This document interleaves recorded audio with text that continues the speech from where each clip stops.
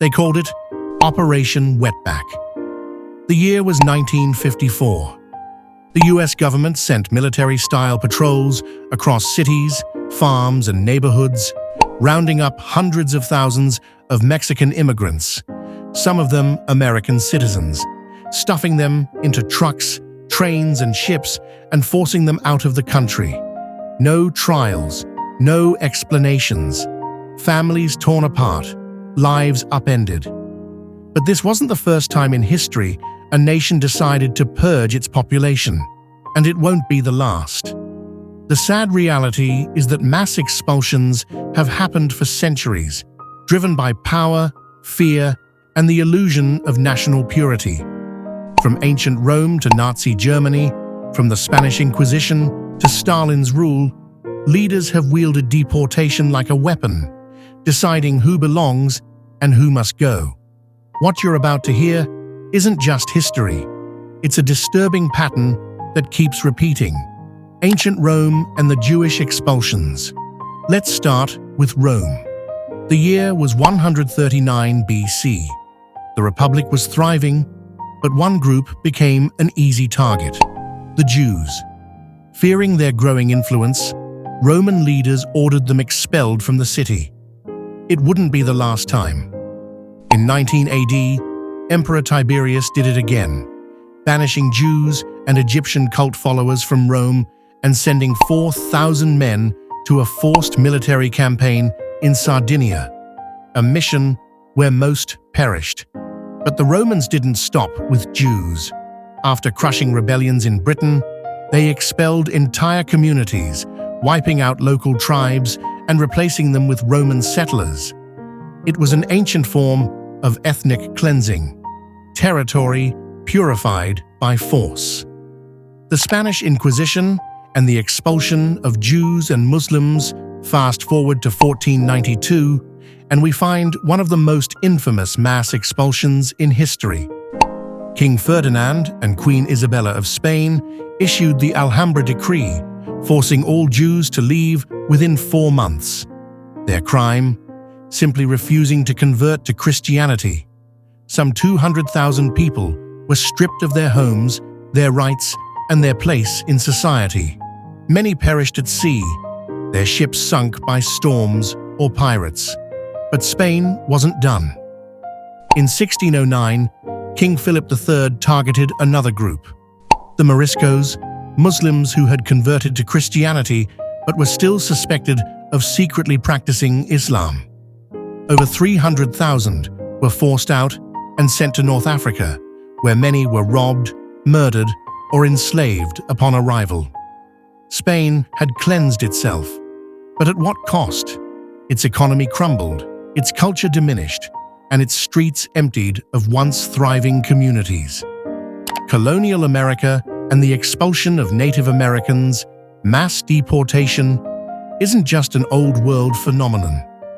In 1830, the US government passed the Indian Removal Act, setting in motion one of the darkest chapters in American history. Tens of thousands of Native Americans, the Cherokee, Creek, Choctaw, Chickasaw, and Seminole, were forcibly removed from their lands. The Trail of Tears followed. Men, women, and children were marched over 1,000 miles in brutal winter conditions. At least 4,000 Cherokee alone died from exposure, disease, or starvation. And what did they leave behind? Their ancestral lands. This wasn't just deportation, it was an erasure of people. The Armenian Genocide and the Soviet purges. In 1915, the Ottoman Empire took forced expulsions to a new level. They didn't just deport Armenians, they sent them on death marches into the Syrian desert. Over 1 million people perished. And in the 1930s, Joseph Stalin made mass deportations a tool of terror. The Soviet Union rounded up entire ethnic groups, Chechens, Tatars, Volga Germans, and shipped them to Siberia or Central Asia. Millions died from cold, hunger, and exhaustion. Some were sent to labor camps where survival was a gamble. Their crime? Simply existing in the wrong place at the wrong time. You might think this kind of mass deportation belongs in history books, but it's happening right now. Around the world, nations are still deciding who belongs and who must go. The Rohingya crisis in Myanmar, the deportations of Haitians from the Dominican Republic, and in the United States today, mass deportations are making headlines once again. The cycle continues. But history has taught us one thing. Deportation doesn't just remove people. It shatters lives, destabilizes nations, and leaves scars that last for generations. Nazi Germany and the Holocaust. Perhaps the most horrifying case of forced removal came in the 20th century under Adolf Hitler. At first, the Nazis simply deported Jews. They were forced out of Germany, stripped of citizenship, and made stateless refugees. But soon, deportation turned into something far worse. By 1941, Jews were no longer being expelled.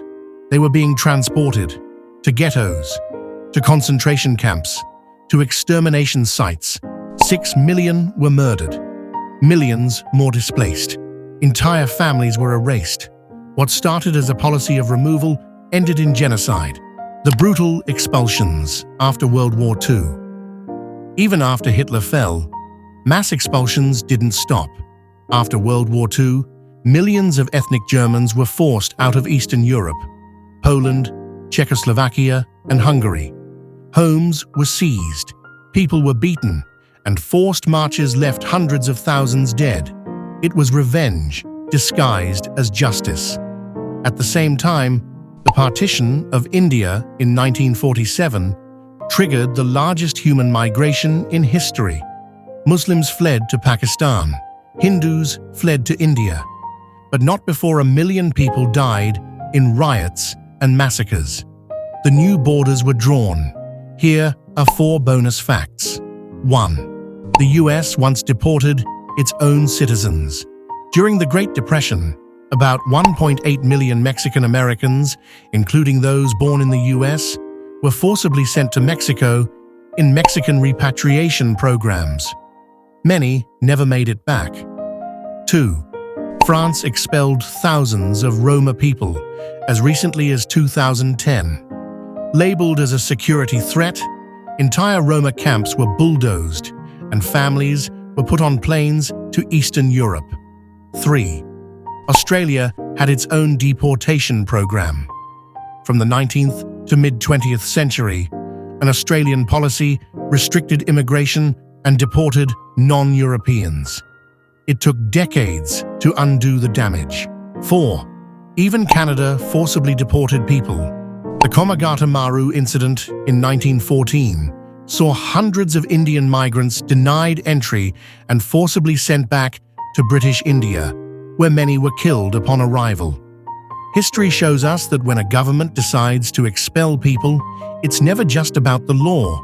It's about fear, about power, about deciding who deserves to stay. But mass deportations don't erase problems. They create new ones. So, the question isn't whether deportations will continue. The question is, who's next? If you haven't already done so, please like this video and subscribe to our Best Time Quest channel today.